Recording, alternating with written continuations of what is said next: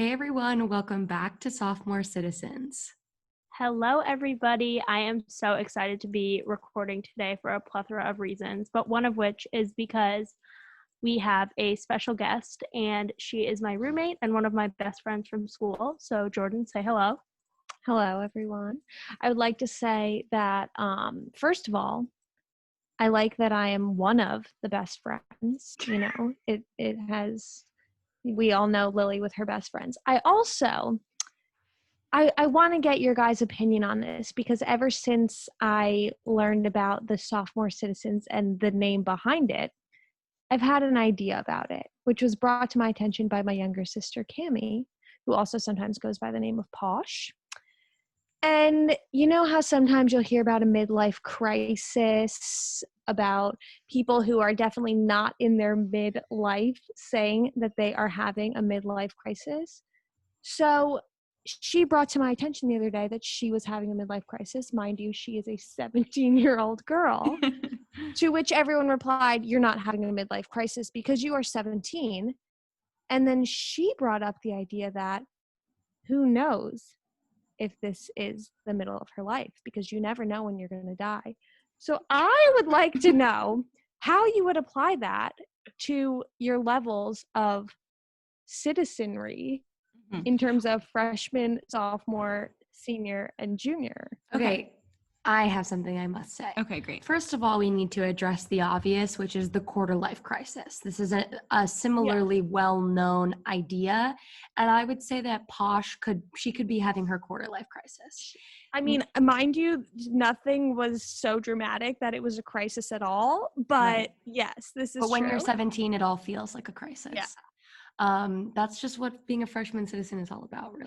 I think that both with the categorization of sophomore citizen, senior citizen, whatever, interval you're at, and as well with the midlife crisis, quarter life crisis, whatever, it's essentially that it's a similar experience. I would say that a midlife crisis is characterized by the same experiences of oh, I get my weird sports car, or I divorce my spouse, or I feel like the midlife crisis is defined more by the specific experiences than the actual age of life, if that makes sense. Okay, I could see some validity there. And I feel like quarter life crisis in my mind is kind of I don't know what I'm going to do with my life. I have no direction, no future, no profession, no love, no any, that to me, that's what the quarter life crisis is. Also, to address the uncertainty of when it is all of our times to go,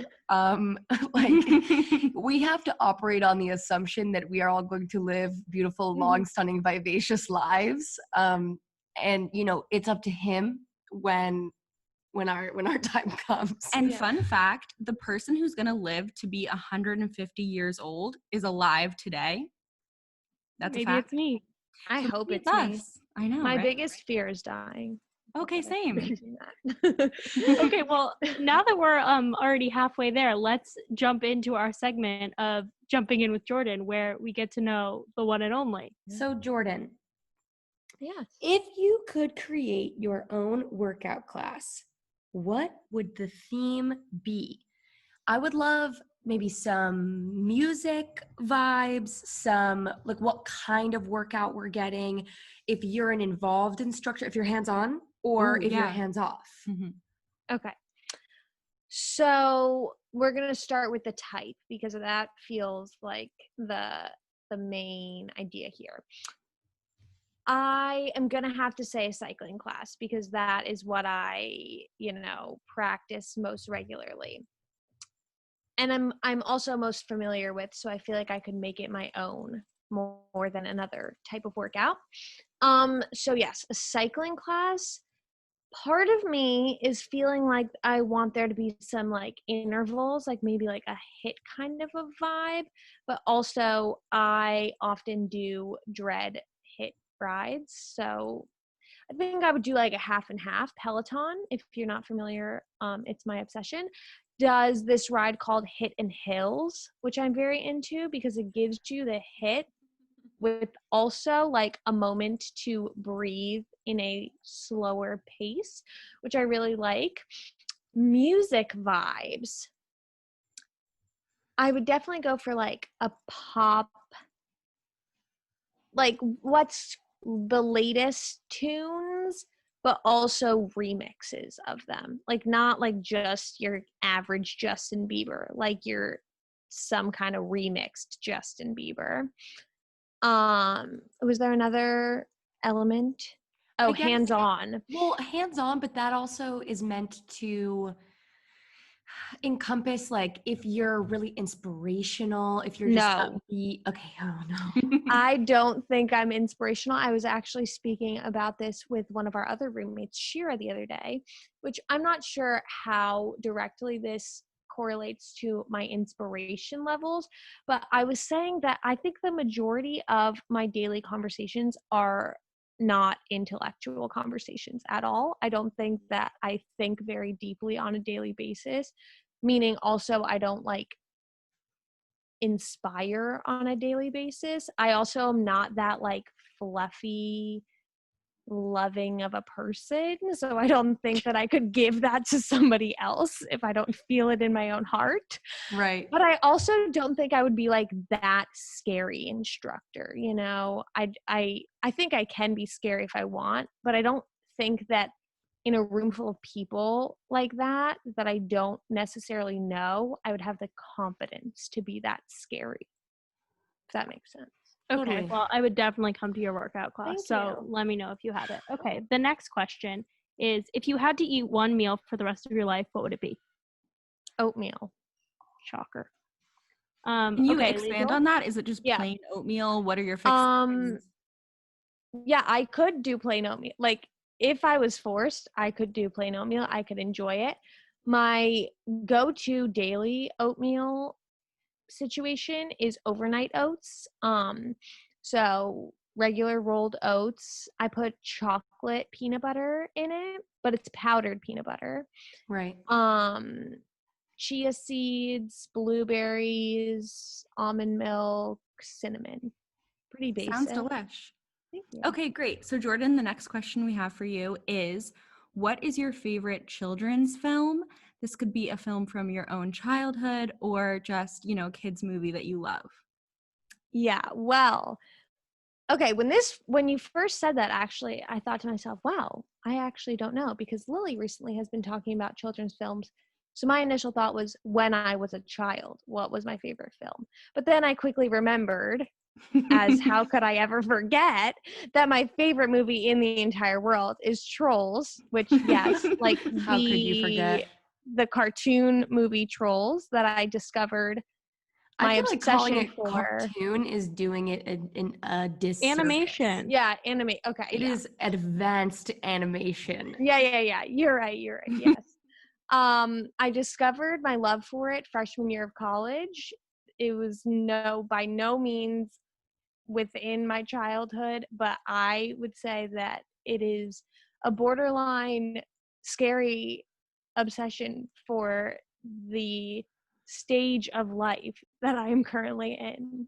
As a sophomore citizen. Yeah. I don't know if I would consider myself a sophomore citizen. I think I'm pretty freshman.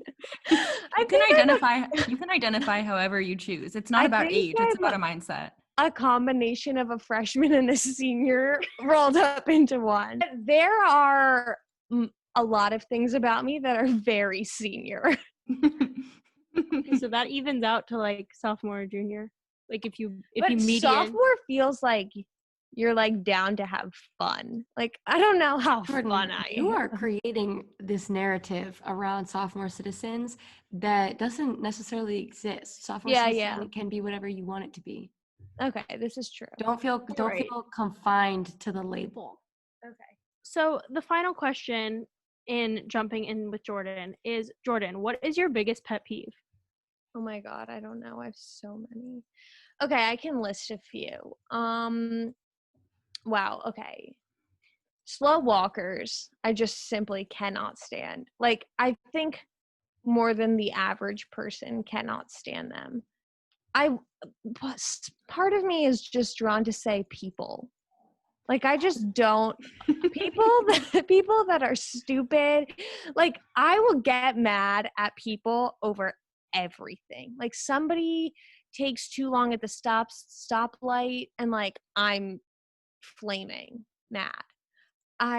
Lily, I feel like you can definitely. I thought you were gonna say feet, which I know. Okay, feet. I'm trying to think of like actions. Feet is like an object that It's a body part. I mean, it's, I would but say it's like you're a physical thing. But you're Like right a to think with pet peeves to be an action. I know Yeah, what you're feet saying. can't really be a pet peeve. I mean, my other one was gonna be slow walkers. When I was thinking of this question, I specifically just know that all the time you use the words, oh my gosh, that's literally my biggest pet peeve. Yeah, I know, which is why I'm having a hard time thinking about this, and I wish that I would write it down every time. I think people that don't have common sense is my pet peeve. Like, oftentimes, especially now during our lovely COVID outbreak, I will oftentimes be talking with my mom about people that I have seen being like, how could that person be so stupid? Like, I just do not understand how some people could be so stupid.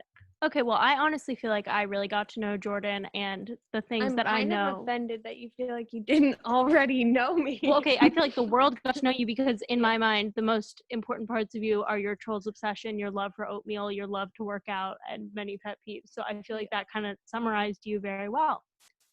All right, so let's kick off our check-in. Okay, so for today's check-in, we wanted to talk about something very special that we've started here at Sophomore Citizens, which is our beautiful YouTube channel. We wanted to bring a visual component of our podcast, to the forefront.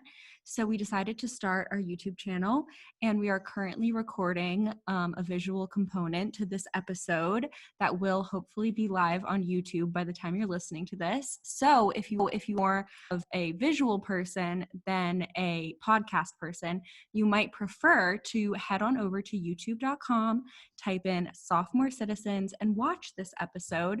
We will also be sprinkling in other random fun videos. We wanted to do some maybe get ready with me, some routines, some just whatever we feel like doing. And so that is something that's really exciting for us, and we hope that you guys all check it out. I am very excited about this visual component because I am definitely someone who I can appreciate listening to podcasts, on my phone as I'm going for a walk, let's say, where maybe I don't want to have like YouTube open or whatever. But I do really like to see the podcasters, or like, I am a fan of YouTube as well. So I think adding this visual component is really taking things to the next level. Yes, I agree. I would be very curious to know if anyone listens to the podcast that doesn't know what we look like and what they think we look like, and then if they go watch, if we live up to their imagination. That's always a fun game. I also would like to say that I really do appreciate you guys adding this visual component because, as Lily knows about me, I am not an auditory learner. She will often read me things, and I tell her I cannot pay attention to this in this moment because a single word that is coming out of your mouth is not registering in my brain. I think podcasts are easier to pay attention to than when she's reading me like an email from our chancellor or something of the sorts. All right, so let's get into our theme for this week, which is East Coast versus West Coast. We're going to go through some coastal comparisons, all things of the sort. And this is especially exciting because we are joined by an East Coaster today. Spoiler alert, Jordan is from the East Coast. So let's all go around before we get into our individual topics and talk a little bit about our relationship to our respective coasts, the other coast, things like that. So Jordan, would you like to start? I would love nothing more. Yes, so as Lily said, I am an East Coaster. I am from the lovely town of Greenwich, Connecticut. Keep in mind, it is near New York City. It's not like the weird, when people think about Connecticut, I feel like a lot of them imagine like farm cottage towns. That's not me. I'm normal suburbs near the city. I've lived there my whole life. I have definitely been to LA, California, West Coast in general. I want to say I've been to LA specifically focusing on that since that is where these three are from. 3 times, but I've also traveled immensely throughout the rest of the United States. I would say I'm more well versed on the East Coast. When I was younger, we would do a road trip every summer, which obviously is on the East Coast because as much as you could road trip farther places, my family was not very interested in, you know, 20-hour drives. But that's me, East Coast by heart forever. Okay, Liesel. Yeah, so I was born in Washington, D.C., which is obviously on the East Coast. Spent a glorious 9 weeks there, really formative. And then my family moved to Los Angeles. So that is where I spent the majority of my childhood and my teen years. And then every summer, we would always go to the East Coast. We would go to Boston because that's where both of our parents are from. And we would usually also go to the island of Nantucket. So we got a pretty good sense of like what the East Coast was like. We went a couple winters, but not as much as we would go in the summer. And then for college, I went to NYU. So I went to school in New York. So I spent almost 4 full years living in New York City. So that is kind of my experience spending some time on the East Coast, spending most of my time on the West Coast, and pretty much nothing in between. So that's kind of my little breakdown. My allegiance lies with the West Coast through and through. I was born in Los Angeles, California on November 5th, 1998. And as Liesel has mentioned, I traveled with my family to the East Coast most summers, and both of our parents are from Massachusetts. So there is, that tie to that side of the nation, but my loyalties lie with the West Coast. And I do have, a certain love for the East Coast buried deep within my heart, but, on my surface, on my exterior, I feel West Coast. And you came to New York Yeah. all 4 years that Yeah, I was I visited. there, I'm pretty sure. I think I visited all 4 years, but either way, I did really enjoy my experiences in New York. We've done Thanksgiving in New Jersey for a few years. And it's always interesting to get that East Coast taste. Yeah. Such a good taste. Honestly, I don't think it's that good of a taste. Like, I'm not here to hate, but like, I have no allegiance to the East Coast whatsoever. Just for some background, I was born in Oregon, spent less than 3 or 4 years there, moved to LA. I have lived there ever since. I've been to the East Coast a ripe 2 times. I've spent very minimal time there. I don't really feel that connected to it. Obviously, it bred my lovely friend here, Jordan. It bred me. So I love it for that reason. But I don't feel the connection or the love to, let's say, New York City or some of the other places that I hear about so often. So I definitely feel like a West Coast girl with very little East Coast experience whatsoever. Yes. Okay. So my topic for this episode is that I believe the East Coast has absolutely no diversity, whereas I believe the West Coast is full of diversity. So just to give some more context, because I understand that might sound a little crazy. The East Coast, in my mind, it's all one type of person. They're like, they go on boats. They're like, boats. they're like preppy. They love New York City. They live near the city, but no one lives in the city. And then you think about the West Coast. I'm getting such bad look for this. Okay, but then you think about the West Coast, and in my mind, that is so diverse. Like, if you move from Washington to Southern California, we have so many different types of people there, personalities. I think like the most blatantly obvious thing that Lily is neglecting is that there is a portion of the East Coast that is the South. And I know that it sometimes might feel like, because their vibe does definitely mesh more with, or like they have a cultural boundary, let's say, around the South, but there is an East Coast that is including Miami, is including Georgia, Atlanta, the city. What? I think You I mean think one of Lily's downfalls here is, which is alluding to Gigi's point, Lily considers the East Coast to be the tri-state area, and that is it. There's nothing more to it. It is New York, New Jersey, and Connecticut, and that's the East Coast. and Yeah. what gave you this impression, Lily? Like, where did you come up with this, that those 3 states are the East Coast? I have to say, the University of Wisconsin-Madison comes with people from Wisconsin, people from the West Coast, and people from the tri-state area. So I will give Lily a little bit of, the benefit of the doubt that she has not been nearly exposed enough to the other realms of the East Coast.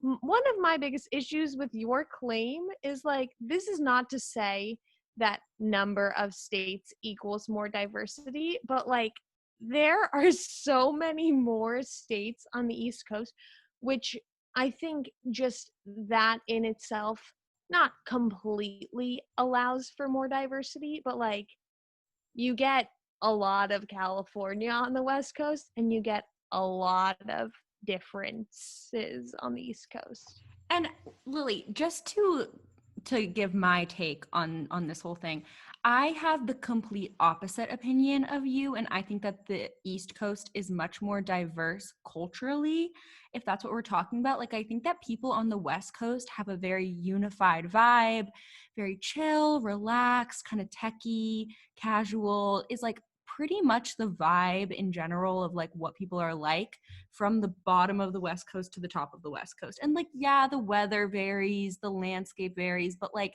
the people are very similar. They have pretty much the same accent, they dress pretty similar, they aren't that different.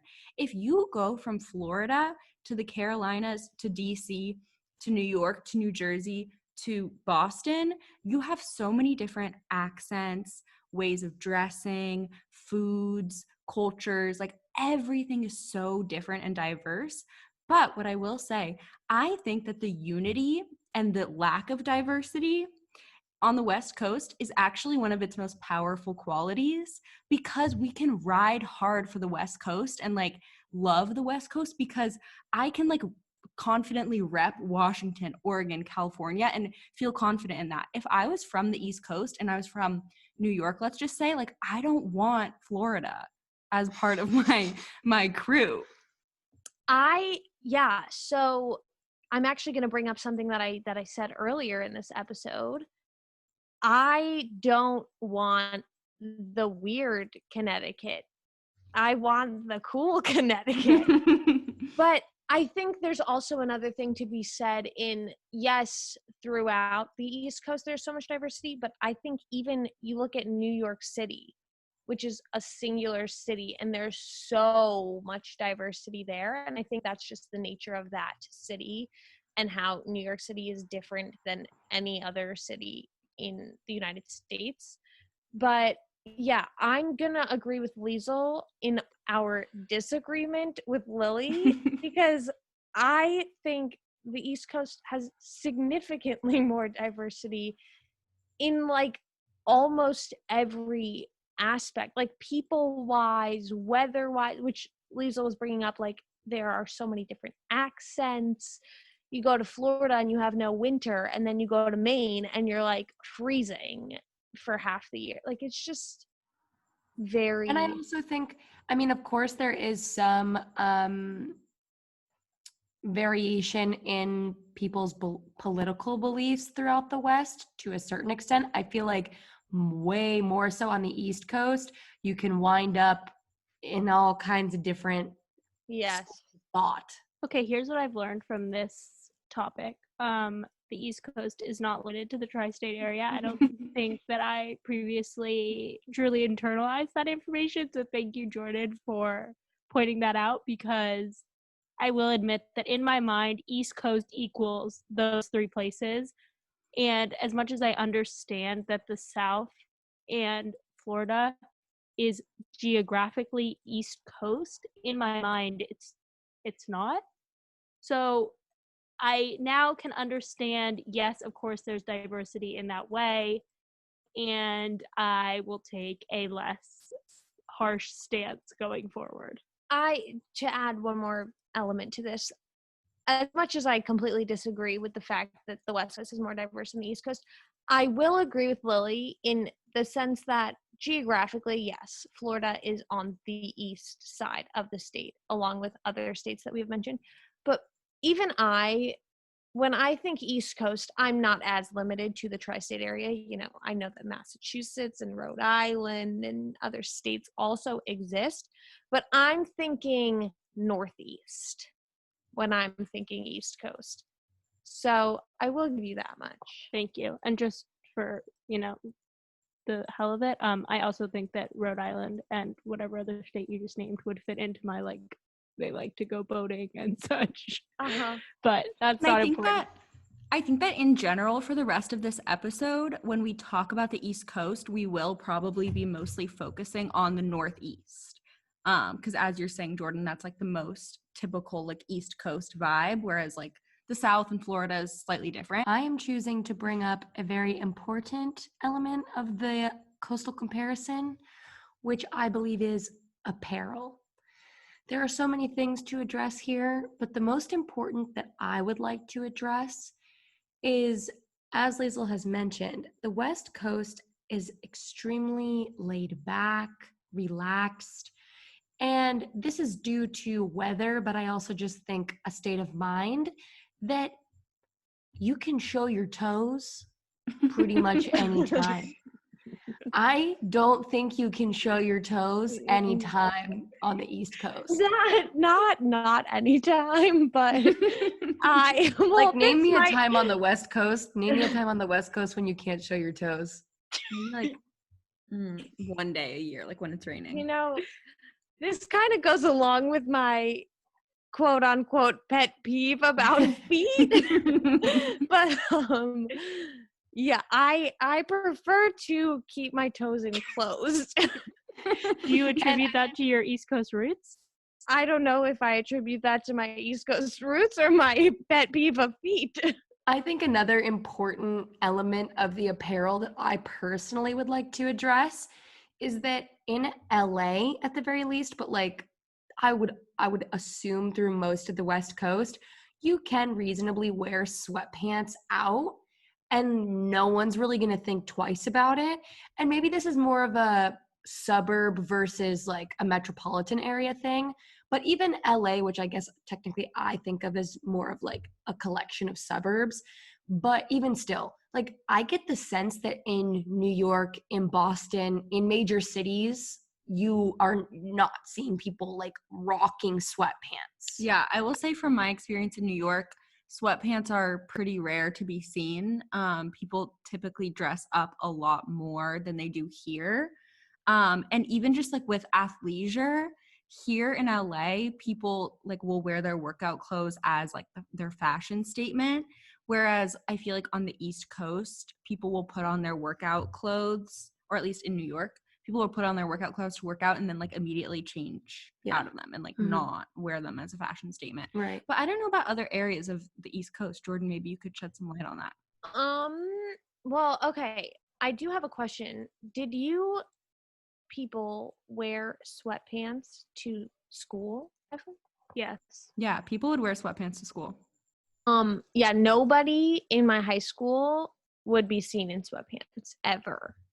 Leggings were the chill day. Sweatshirts, hoodies, completely acceptable. The bottom half was tight. Either way it went, you were not free flowing down there ever. But so I live in a suburb, like a very stereotypical suburb. Like when you think about it, suburb, that's where I live. So I think that in itself lends to more of a put together apparel style. so when you go into like cities and stuff, I think it's a little bit more casual. Not that like people are dressing up to go to the supermarket, but like I wouldn't see people like just super casual in the supermarket. The other thing is like my town does tend to be a little bit more of what Lily had alluded to in terms of preppiness. So that definitely, contributes as well. But yeah, I will agree that sweatpants are not as common on the East Coast, which is interesting due to the weather differences.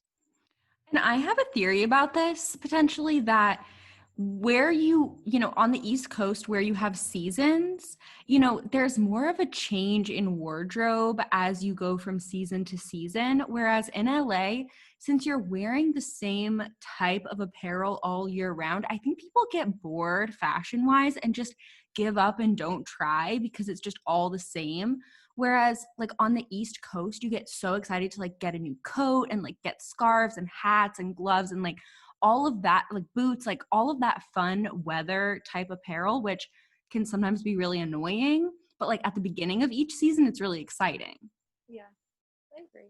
And I would just like to bring up something that Jordan and I talked about over winter break when we were packing for our trip abroad together. And Jordan called me and was like, I'm not sure if I should bring my white jeans. Like, am I going to wear them? And I was like, I mean, like, why wouldn't you wear them? I had no idea.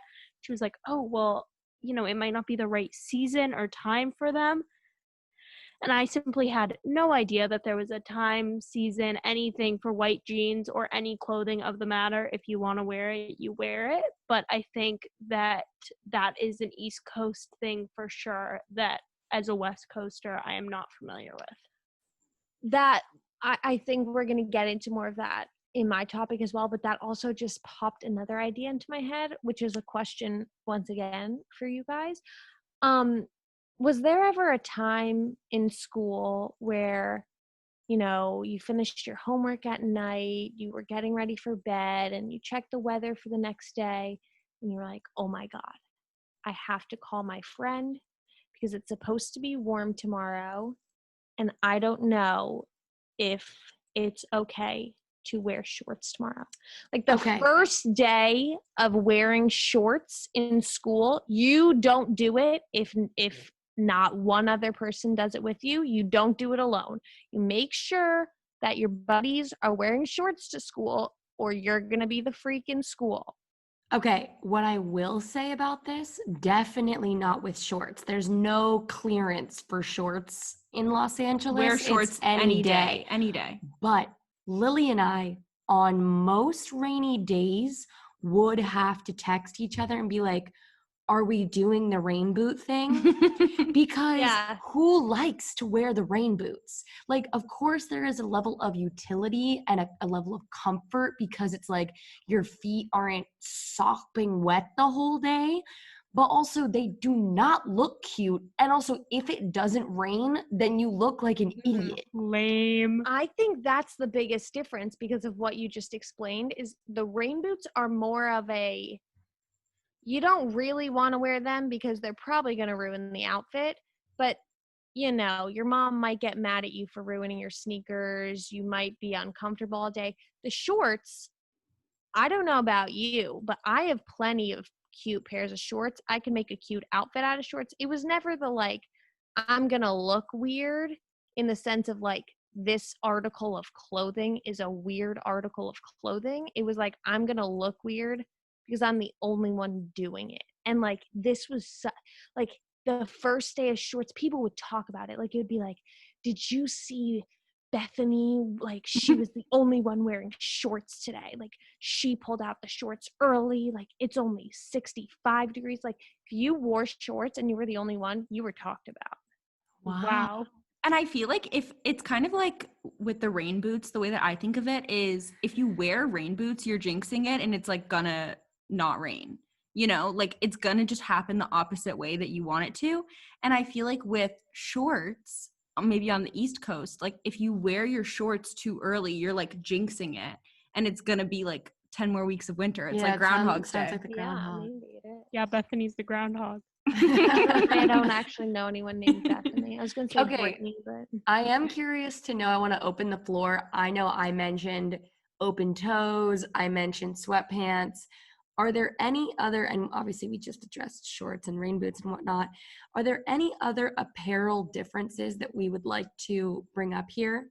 Because I have one more that I think is reasonable, but I want to leave the stage for anyone if anyone has a brain blast. Well, this is not coastal. It's actually a way that we maybe can unite. And Jordan and I can speak on this as two individuals from a coast that are in the Midwest. But there's a very specific type of sandal that is, I think, shunned on both the East Coast and the West Coast. And I think it's more accepted on the East Coast, but not with the people that I associate with. but like outdoorsy sandals. They're called chacos. Listen, chacos are very much accepted in Oregon and Washington, and in San Okay. Luis Obispo to a certain Okay, extent. so Because they're not like, for some people they're completely different than Birkenstocks, but like for some people it's kind of like Tevas, Chacos, Birkenstocks can kind of be in a similar crunchy granola category. yes, I would put them together. And I possibly digress because maybe in other places on a coast they are accepted, but from my experience in a lot of the more metropolitan coastal areas, they are not liked. Whereas in the Midwest, I think there's a sort of sport sandal that is really popular that I don't see as much on coasts. I associate it more with the people that want to be able to wear one shoe to go hiking in the mountains and also like, you know, do drugs with their friends or something. Like I don't know. They want some range and they want their toes flying free. Yeah, I think it's more about the type of person and not where the person is. I think they're definitely more popular in the Midwest, but I think that has to do more with the type of person you find on the Sure. Midwest. So I'm glad that we bring this up because the final comparison that I wanted to bring up was in fact shoe related. As we've mentioned in previous episodes, I do have a certain, you know, feeling towards shoes, footwear, specifically young men and the footwear that they opt to wear. I do feel like in California, it's more, or I would say all of the West Coast, it is more widely understood what the shoes can and can't be. And I would say that the source, the epicenter, the hub of the athletic shoes on boys and the boat shoes on boys and all of the bad shoes come from the East Coast. Yeah, I sorry, go ahead, Liesel. I would say that like it just comes down to like a practicality factor at the end of the day. And like I think that girls have so many shoe options out there that are acceptable. You know, boots to sneakers to sandals to everything in between. Like girls have so many different types of shoes that like go with different outfits, that go with different weather patterns, different vibes, whatever. And boys just like don't have as many good options as far as like if it's snowing outside, if it's raining outside, if they need to go on a spontaneous nature hike, you know. So the athletic shoes, they're practical. So I can understand it, but it doesn't excuse the bad behavior. Jordan, what were you going to say? Yeah, I was going to say I tend to know more males that their everyday shoe wear is a Nike, an Adidas, a something of the sort, which was not brought to my attention until I met Gigi and she had pointed this out to me. And I will kind of agree with her in the sense that I was so blind to it because that is all I saw. And then I realized that men wear other shoes. Yeah, I do think that it's more common on the East Coast, and I only speak to this from my experience at school because obviously, as we mentioned, I have not spent that much time on the East Coast, but I know my West Coast boys and their shoes, and then when I'm here, the ones that I see, the offenders of the athletic shoes, tend to be West Coasters. I mean, East Coasters. I will say, though, in experiencing Midwest people as well, the East Coast athletic shoe is more stylish than the Midwest athletic shoe. You know, the Midwest athletic shoe one might categorize to be a dad shoe, a doctor shoe, a shoe that's not very tasteful. And while an athletic shoe, in some people's opinions, are not very tasteful in general, I think the East Coast boys do tend towards the more stylish of the sorts. See, here's what I have an issue with, though, is that the East Coast boys put on their quote unquote stylish athletic shoes and they look in the mirror and they go, oh, yeah, like that's it. And I'm like, yeah. Whereas the dad shoe, the doctor shoe, the whatever Midwest athletic shoe, they kind of don't give a fuck either way, is the way I perceive it. Whereas, like, in my opinion, it's worse that the East Coast guys think they're doing something with the stylish athletic shoe. Okay. But I do think Jordan, you bring up a good point, that throughout this whole conversation, obviously we're battling East Coast, West Coast, which one reigns supreme. At the end of the day, I would way rather be on a coast anywhere near water, the ocean, than anywhere in the middle. And I'm so sorry about that, but I'm not backing down from that opinion. Preach it, sister. Yeah. I think we can all agree on that one.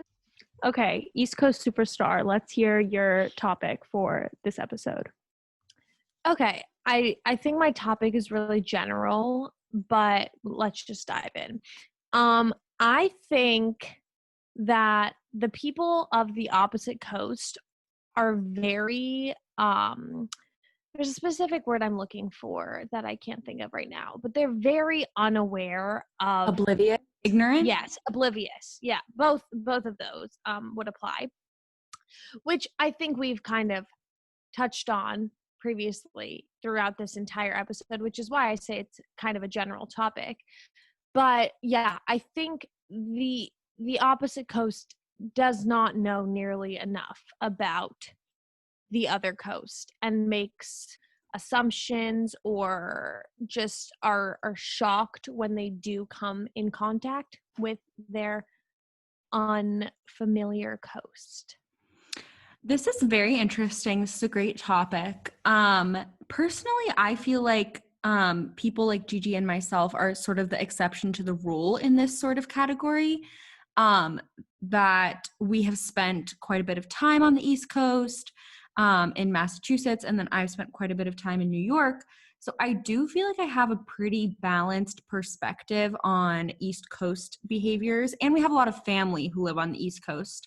So, you know, with our cousins and our aunts and uncles and extended family members, like, we really got a good grasp on what some typical East Coast, you know, attributes were and different things that they would say and stuff like that. I will point out one of the biggest vocabulary differences that really bothers me personally is if I am waiting for my iPhone and I'm in line at the Apple store, I've noticed a lot of people on the East Coast say, I'm online for the Apple store. Jordan, can you comment on this? I would have to say it without thinking about it because both of those sounded okay to me. Online sounded bad. So bad. I will also say that I think that I am not totally oblivious to some East Coast things. Like, for example, the issue of the white jeans. Like, I know the saying, like, you know, you can't wear white after Labor Day or whatever, but I always just kind of thought that was like fake because I had never really considered it as like a pants thing. I was like, you could wear a white shirt whenever you want. So like whoever is saying you can't wear white after Labor Day is just joshing in the first place. And now that you bring up these white jeans and the seasonal aspect to it, I now understand that it has more to do with like, if you were to pull up in all white, like that would be kind of a moment. Yeah. I think in terms of the white after Labor Day, some people take it a little bit more extreme than others do, like I always thought it was just like the white jeans, and then some people will be like, "Oh, no, you can't wear the white, I don't know, something else." Maybe not a shirt, because I think a white shirt is kind of a staple in every human being's wardrobe, Right. but yeah, another thing I think, which when I was discussing what my topic for my guest appearance on this podcast should be with my mom, she had said when Lily came to visit me one time back in the day, she had commented on like how fast everyone was moving in the airport, and just like it was all like very, everything was like moving very rapidly, both physically, and I think Lily has a little bit of airport anxiety as an individual, so that's another aspect to it. But I think like the attitudes, not even just like physical things that people are unaware of, but like, even this isn't necessarily a coast thing, but me noticing the differences between the East Coast and the Midwest, which I think in this sense is the most drastic difference, is the attitude and, treatment of other individuals among people in these different areas. Because people in the Midwest are generally known to be, slow paced, more accepting of like mistakes, maybe, let's say, like you're in the grocery store and you can't find, your last dollar bill if you still pay with cash. And the people behind you in line, they're doing fine. They're making conversation with each other on the Midwest. And on the East Coast, like, you're gonna get punched in the face if you don't find your dollar bill in the next 43 milliseconds. Yeah, when I was on the East Coast, I definitely was very shocked by literally how fast people were running past me in the airport. Like, even just the honking and the loud talking, which this is coming from obviously a very loud talker herself, was very overwhelming and sort of felt abrasive in a way that I don't see on the West Coast. And I can totally admit that I was entirely oblivious to that. And I think that I have already made some assumptions about the opposite coast and made an ass out of you and me when I did so earlier in this podcast. So I can agree with you, Jordan, that as a true West Coaster, I know much less than maybe I should about the opposite coast. I also think, looking back to the Pacific pod where we talk about cleavages such as the West Coast, I mean, like East versus West LA specifically.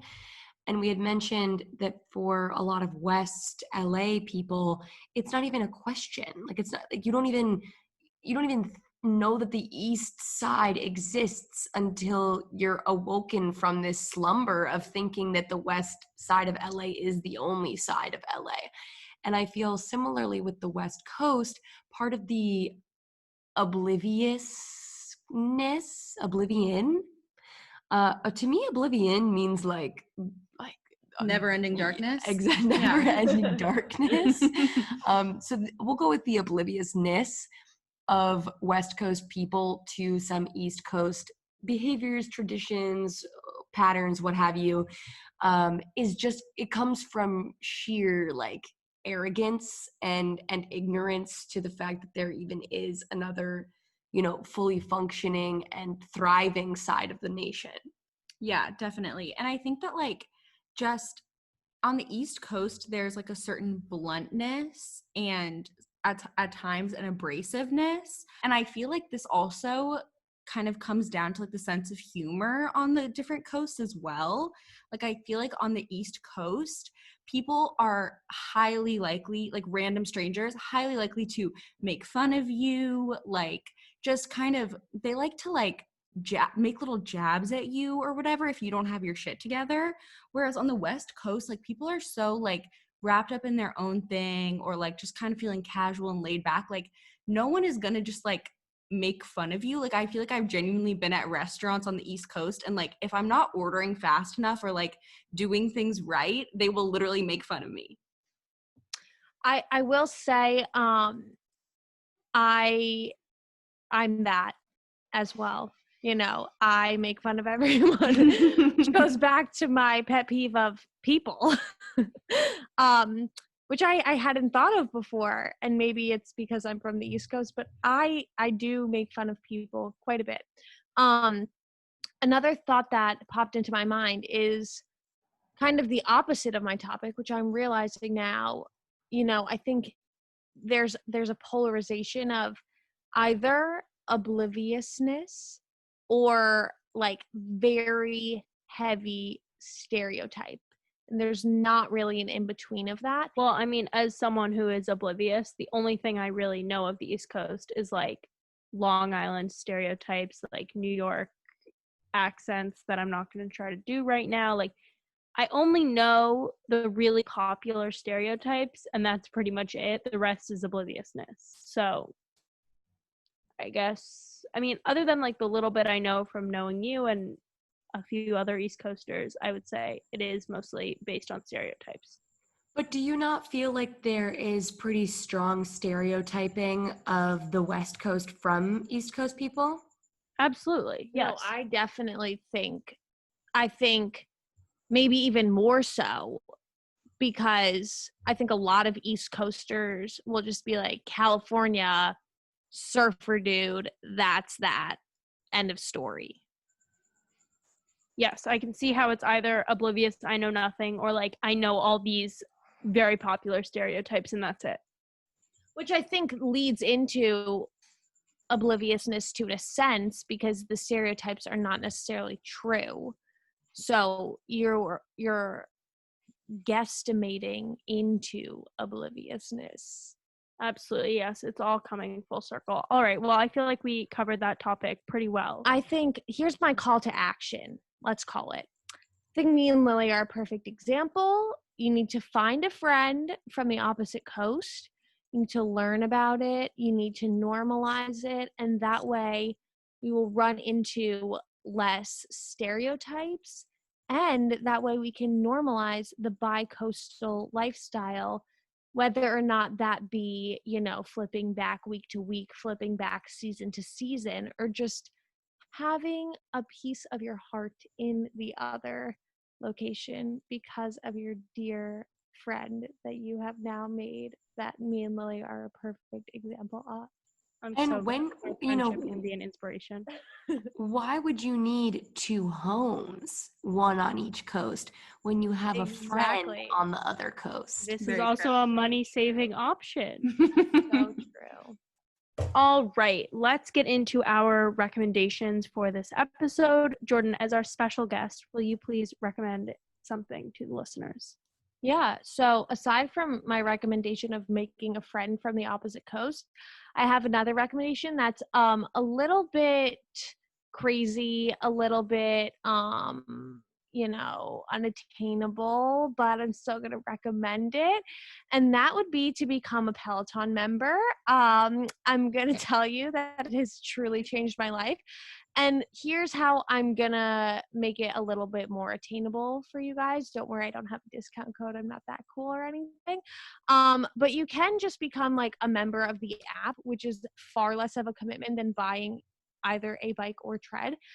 Or my other suggestion would be just to follow some of the Peloton instructors on Instagram. I think especially during this time, they're providing a lot of motivation, a lot of inspiration, a lot of fun, a lot of joy that I've said I don't really do much in my own life, but I do love to receive it. So yeah, I've really loved diving deeper into my Peloton obsession during quarantine, and will say that I truly feel like all the instructors are my friends now, which has definitely come from following and keeping up with their lives on Instagram. So I would recommend, exploring that world a little. I hope that this recommendation gets us a Peloton sponsorship. You If know, I got Lily- a Peloton sponsorship from this podcast, I would tattoo Sophomore Citizens on my body somewhere. Peloton, Wow. sponsor us. I was going to say before hopping into my own recommendation, first and foremost, if anyone even remotely related to Peloton Incorporated, reach out to us at sophomorecitizens@gmail.com. Thank you very much in advance. Now, I would like to share a recommendation. Liesel and I have been working on this docu-series for quite some time now and have only just finished, not because we didn't love every moment of it, but because we were trying to savor it. We spread it out. And this would be The Last Dance docu-series following the 90s Chicago Bulls and Michael Jordan's legendary basketball career with a brief moment in baseball. You can learn all about it on Netflix, The Last Dance. Wonderful, inspiring docuseries with great music, great insight, great everything. Totally. Yeah, to go off of Gigi's recommendation, just one small piece of information. There's also a Peloton ride with the soundtrack from none other than the Last Dance documentary. So if you do listen to my recommendation and Gigi's recommendation, you can combine them into one, none other than the amazing instructor Alex Toussaint. So be sure to check that one out. Well, one other announcement that I would like to make is that we are now going down to a once a week schedule.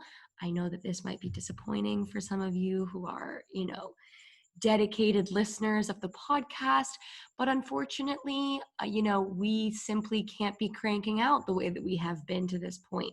So Mondays, you can expect new episodes from us every week.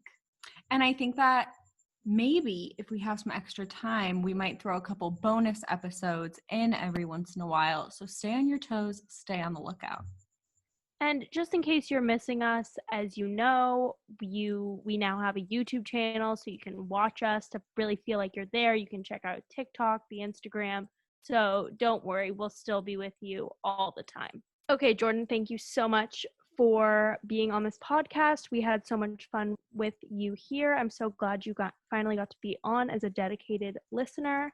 And please take this chance to plug your Instagram, your social media, anything you want the wise babies to know. So my personal Instagram, if you feel like following me, is jbogatti. And if you want to follow my fitness account, it's Upscale Fitness, like upscale but with a K, like kale, the green leafy food. So feel free to follow that as well. And with that, I would like to thank Gigi, Liesel, and Lilly for having me on the podcast. It was such a great time, such a fun experience. And I would just like to thank all of you. So thank you for listening to Sophomore Citizens, the podcast by young people for young people, with new episodes every Monday. Switch up. So we'll see you wise babies then. Also, follow us on TikTok, Instagram, and YouTube at Sophomore Citizens. And make sure to leave a 5-star review